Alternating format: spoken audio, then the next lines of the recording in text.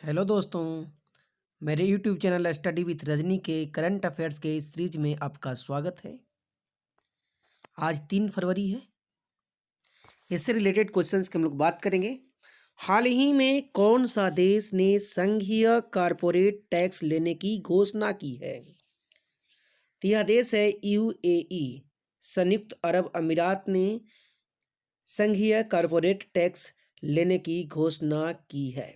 Next बात करते हैं हम लोग वन से संबंधित क्वेश्चन है कि आर्थिक सर्वेक्षण के अनुसार भारतीय वन बढ़ाने के मामले में दुनिया का तीसरा स्थान का देश है। नेक्स्ट है कि भारत में कुल भौगोलिक क्षेत्र का कितना प्रतिशत वन है? तो भारत के कुल भौगोलिक क्षेत्र के 24% भाग पर वन पाया जाता है। वहीं बात करें कि विश्व के कुल वन का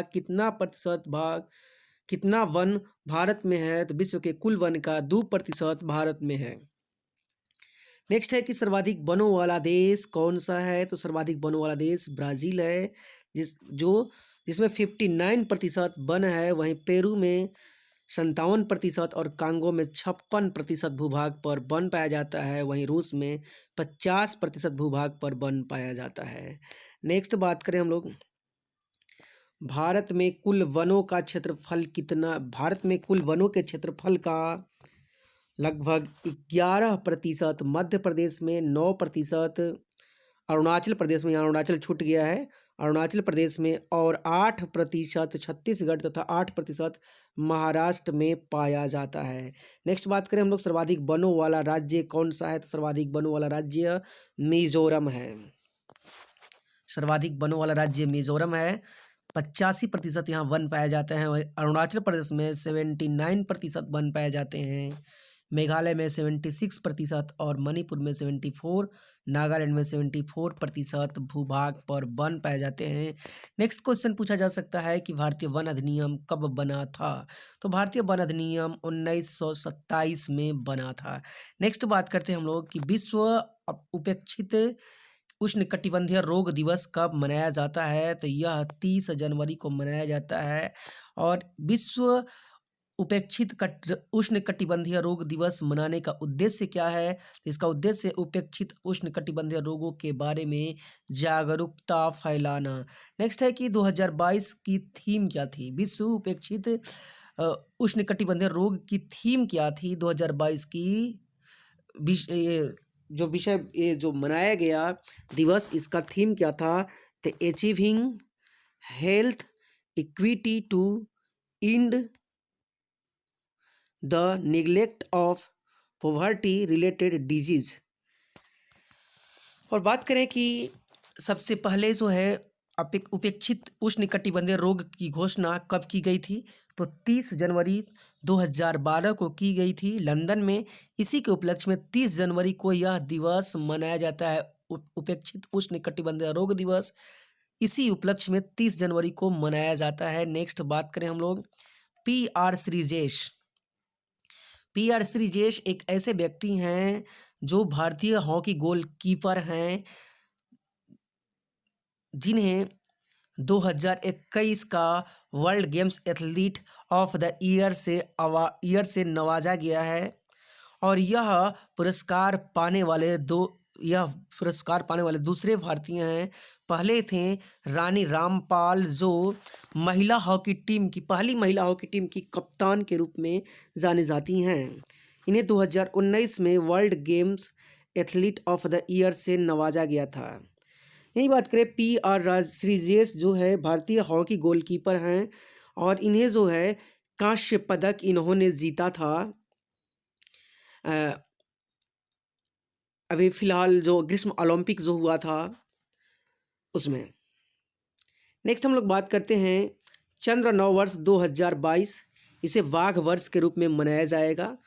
यह मनाया जाता है, यह जो 20-21 जनवरी को मनाया गया था, क्योंकि चीनी नववर्ष की बात करें तो चीनी नववर्ष की शुरुआत अमावस्या से होती है, और चीनी कैलेंडर को सुक्शियांग कहा जाता है, जो लूनी सोलर कैलेंडर पर आधारित है।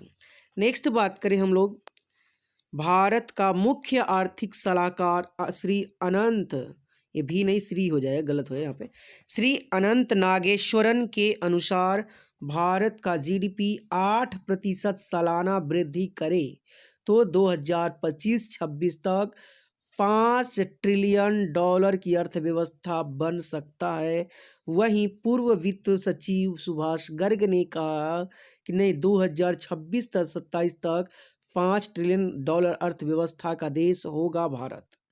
नेक्स्ट एक क्वेश्चन है कि भारत का मौजूदा वित्त वर्ष में जीडीपी का अनुमानित लक्ष्य क्या है, अनुमानित क्या है, तो यह अनुमानित है जीडीपी 9.2%। वहीं बात करें कि आर्थिक सर्वेक्षण के अनुसार 2022-23 में भारत का जीडीपी दर कितना रहेगा, तो 8 से 8.5% तक रहेगा, बढ़ सकता है, जबकि 2023-24 में यह प्रतिशत 7% होगा, बढ़ने के अनुमान। नेक्स्ट है ऑपरेशन सद्भावना क्या है, तो ऑपरेशन सद्भावना की बात करें हम लोग, तो ऑपरेशन सद्भावना यह भारतीय सेना द्वारा जम्मू कश्मीर में शुरू किया गया था, जिसका उद्देश्य था आतंकवाद प्रभावित लोगों की मदद करना। ठीक है। और नेक्स्ट बात करें हम लोग कि हाल ही में भारत ने यूक्रेन पर संयुक्त राष्ट्र सुरक्षा परिषद यूएनएससी की वोटिंग में अनुपस्थित रहा। इसका सबसे प्रमुख कारण है कि भारत किसी के पक्ष में नहीं जाना चाहता है, क्योंकि भारत का रूस और अमेरिका दोनों ही व्यापारिक साझेदार हैं और भारत किसी भी स्थिति में किसी एक के पक्ष में जाना नहीं चाहेगा। यही वजह है कि इसने किसी के पक्ष में वोटिंग नहीं की और वोटिंग से अनुपस्थित रहा। और इस बात करें हम लोग कि यूएनएससी वोटिंग में हार कौन गया। यूएनएससी वोटिंग था क्या, एक खुला ओपन ये जो था यूक्रेन को लेकर के ओपन बहस की बात कर रहा था रूस, और इसमें सबसे पहले इसने वोटिंग की बात की कि वोटिंग होना चाहिए। और इस वोटिंग में जो है भारत, गैबान और केन्या जो अनुपस्थित रहते हैं, 10 देना रहता है, जिसमें से 9 अमेरिका के पक्ष में जाता है वोट और 1 वोट रूस के पक्ष में जाता है, और जिसमें चीन जो है रूस का समर्थन करता है। भारत, गैबान और केन्या इसमें अनुपस्थित रहते हैं। नेक्स्ट क्वेश्चन है कि भारत विश्व का दूसरा सबसे बड़ा इस्पात उत्पादक देश बन गया है। 2021-22 में जो है भारत विश्व का दूसरा सबसे बड़ा इस्पात उत्पादक देश हो गया है। सबसे पहला इस्पात उत्पादक देश की बात करें हम लोग तो वह चीन है। नेक्स्ट बात करते हैं हम लोग कि हाल ही में भारत ओमान संयुक्त सैन्य सहयोग समिति की बैठक यानी 11वीं बैठक कहाँ आयोजित हुई थी, तो ये दिल्ली में आयोजित हुई थी।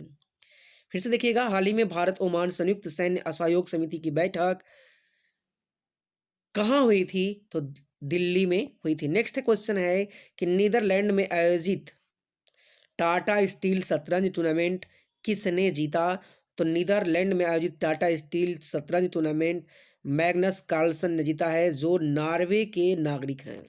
नेक्स्ट बात करें हम लोग कि service e health assistant and teleconsultation पहल की शुरुआत किसने की है, तो यह शुरुआत भारतीय रक्षा मंत्रालय द्वारा की गई है, जिसका उद्देश्य है पूर्व सैनिकों और सेवारत सैन्य कर्मियों के लिए दवाओं की होम डिलीवरी करवाना। तो आज के लिए इतना ही, धन्यवाद।